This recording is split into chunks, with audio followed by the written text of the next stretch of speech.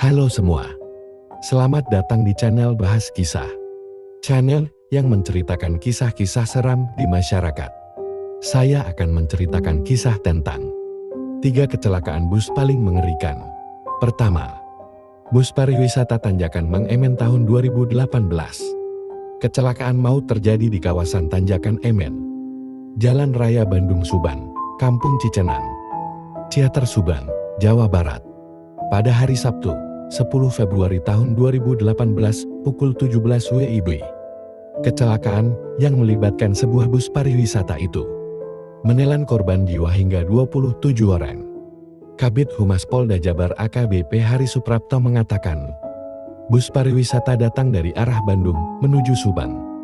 Sesampainya di turunan, bus terbalik dan menabrak sepeda motor Honda Beat Nopol T4382 MH kata Hari.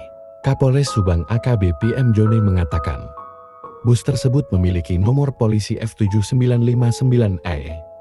Menurut data yang didapat, bus pariwisata tersebut berisikan 50 orang penumpang. Mereka adalah rombongan wisatawan dari Tangerang Selatan. Para wisatawan ini baru saja meninggalkan wisata kawah Gunung Tangkuban Perahu di Kecamatan Ciater, Kabupaten Subang, untuk kembali pulang ke Tangerang Selatan via Tol Cikopo Palimanan, yang bisa diakses dari gerbang Tol Subang Kota.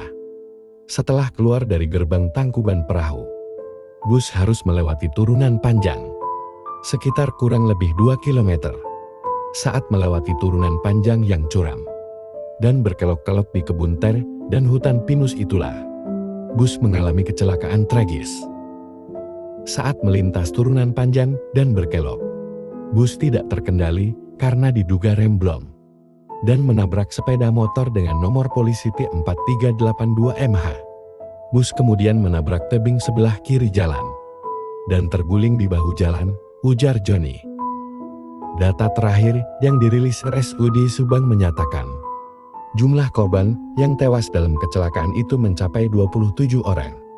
27 yang meninggal dunia, 18 mengalami luka berada di IGD. Semuanya berasal dari penumpang bus, kata Kasubag Humas RSUD Subang, Mamat Budi Rahmat kepada Tribun Jabar, di depan ruang jenazah RSUD Subang, Sabtu malam. Menurut Mamat, 27 korban meninggal telah dimasukkan ke ruang jenazah sejak pukul 21.50 WIB. Mereka belum teridentifikasi, sementara korban luka rata-rata mengalami patah tulang kaki, tangan, dan pinggul, serta luka berat di kepala. Sumber, kompas.com. Tapi, apa sih sebenarnya yang mengakibatkan di tanjakan tersebut sering terjadi kecelakaan? Nama Tanjakan Emen tentu tidak asing lagi di telinga warga Jawa Barat. Jalan yang berada di Kampung Cicenan, Kecamatan Subang, itu memang dikenal angker. Banyak yang tewas saat melintas di jalan sepanjang sekitar 2 km itu. Sebenarnya penyebab kecelakaan dipicu oleh kendaraan yang tak layak jalan ataupun faktor kesalahan manusia.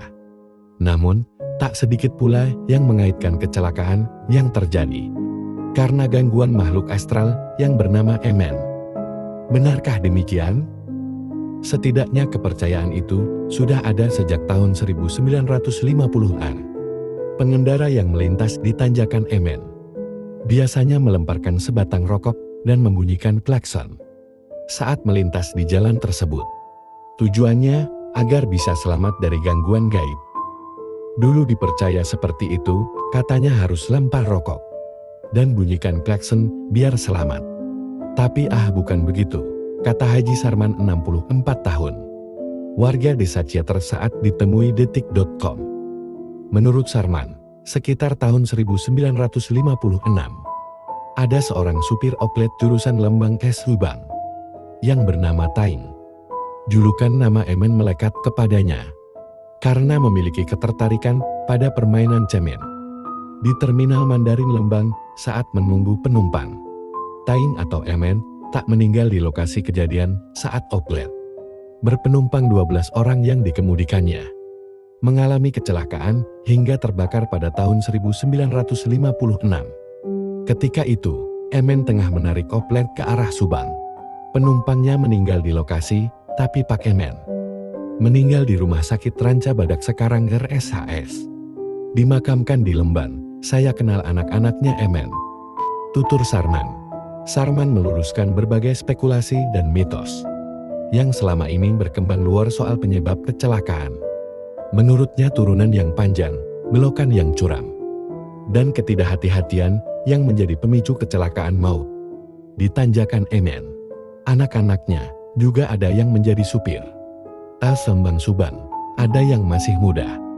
Alhamdulillah selama ini baik-baik saja mereka, katanya. Ia pun mengimbau, sebaiknya pengendara yang melewati tanjakan Emen membacakan surat Al-Fatihah dan Al-Ikhlas sebagai hadiah bagi Emen yang kini telah berdarah di alam baka. Ya jadi jangan melempar rokok atau recehan. Kasihan keluarganya, banyak mitis yang salah, ucap Sarman menegaskan.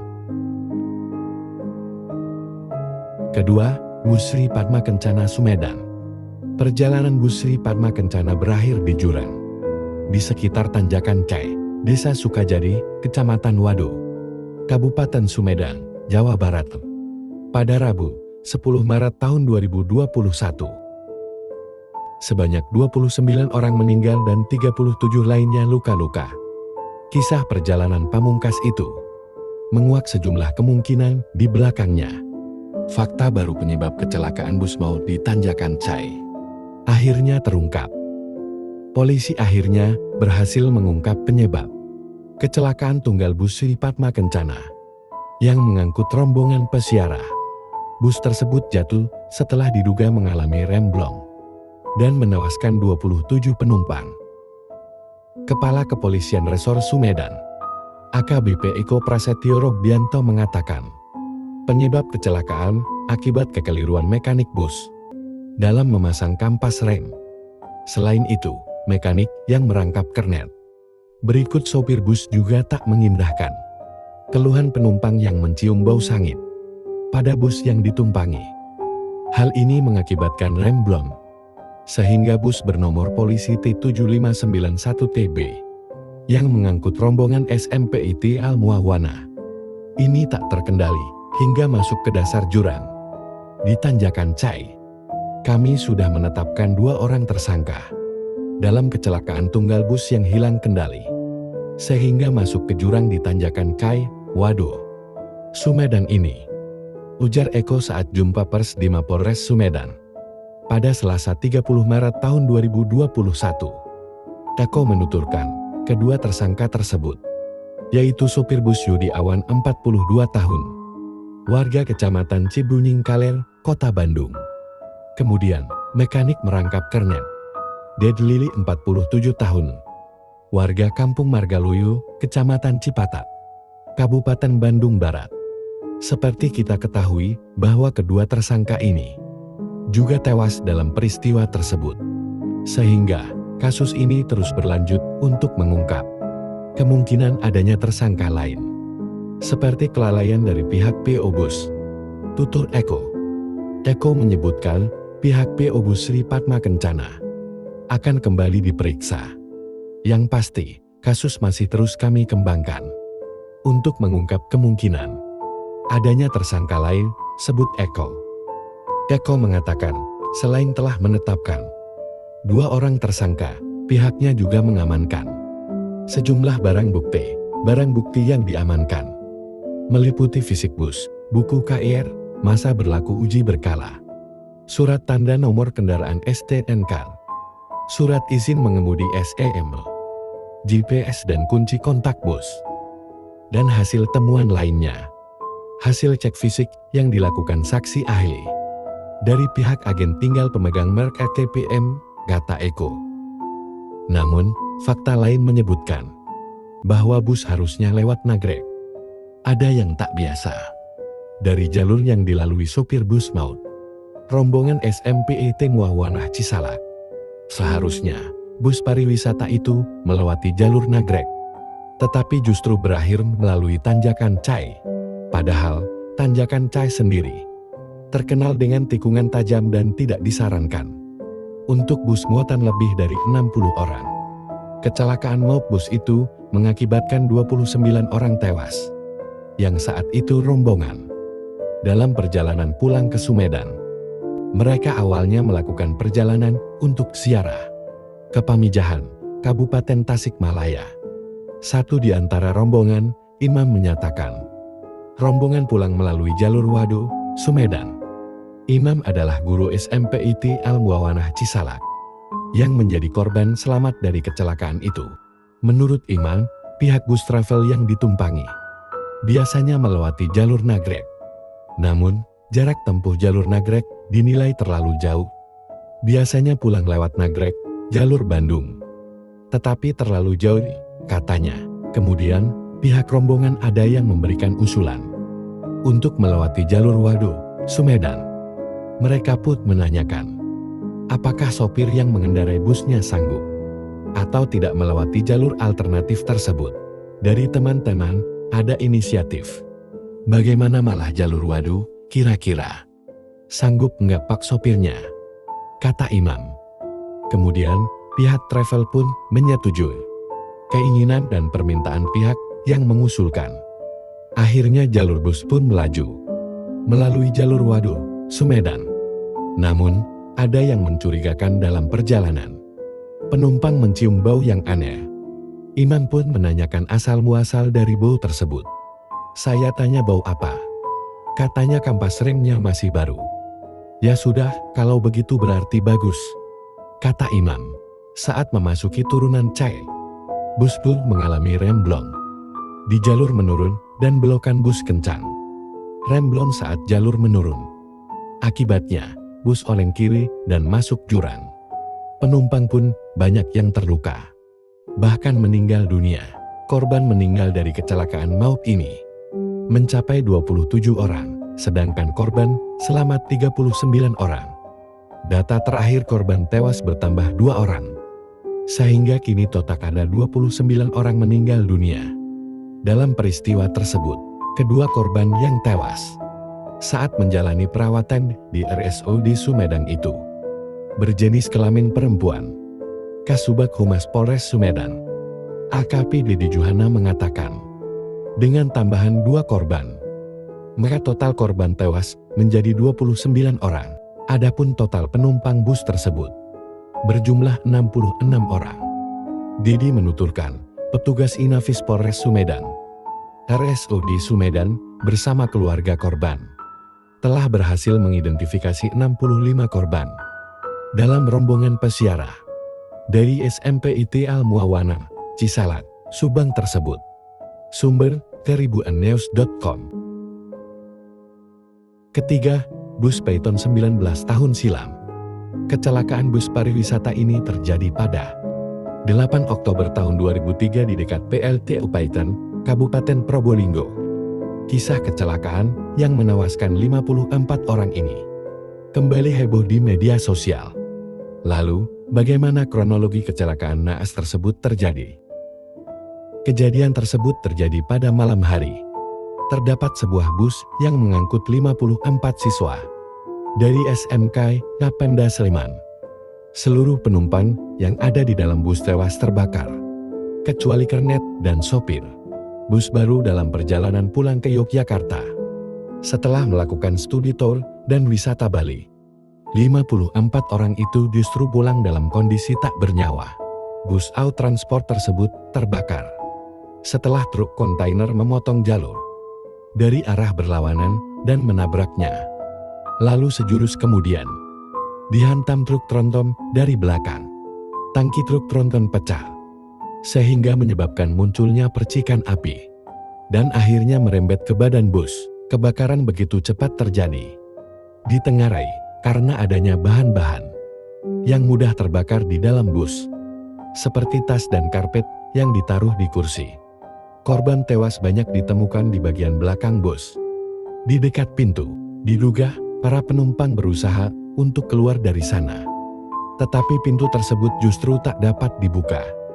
Di dalam bus juga tak dilengkapi alat pemecah kaca, sehingga penumpang tak dapat menyelamatkan diri ketika bus terbakar. Sopir bisa selamat setelah melompat dari bus. sedangkan kernetnya memecah kaca bagian depan. Saat kebakaran terjadi, warga sekitar lokasi melihat adanya kobaran api dan letupan-letupan kecil. Petugas pemadam kebakaran juga datang untuk membantu memadamkan api. Setelah jenazah berhasil dievakuasi, mayat korban disekat dengan balok es. Banyaknya jumlah korban meninggal memaksa pihak RSUD Situbondo untuk mengawetkan jenazah menggunakan balok es. Jenazah juga hanya ditempatkan di lorong karena ruang kamar mayat tidak terlalu besar. Kebanyakan jenazah mengalami luka bakar serius. Ada bagian tubuhnya yang hilang dan beberapa sulit dikenali. Waktu itu, SMK Yapemda Sleman menggunakan 3 bus untuk berwisata ke Bali. Bus ketiga yang sebenarnya sering mengalami sial di perjalanan, yakni mengalami 2 kali pecah ban dan pernah pula tersangkut listrik. Namun tak disangka, justru bus kedua yang mengalami kejadian sangat tragis. Siswa yang ada di 2 bus lain tak sadar bila ternyata bus tersebut pulang tak membawa nyawa. Rombongan kedua bus yang lain baru menyadari 1 bus mengalami kecelakaan naas setelah sampai di Yogyakarta.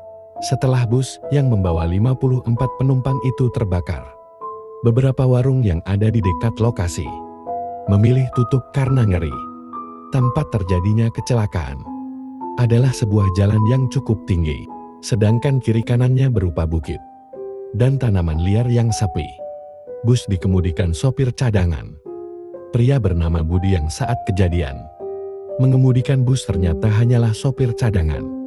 Sopir yang sebenarnya adalah Armando. Sempat beredar kabar bahwa mereka melarikan diri setelah kejadian tersebut. Namun dari pihak perusahaan otobus menyangkal bahwa sopirnya melarikan diri. Mereka justru ikut membantu mengeluarkan penumpang. Demikian bahas kisah pada video kali ini. Mari doakan para korban agar tenang di alam surganya, serta para keluarga yang ditinggalkan diberikan ketabahan dan kesabaran. Jangan lupa subscribe, like, dan share. Tulis di kolom komentar kisah apa lagi yang mau dibahas. Terima kasih. Sampai jumpa.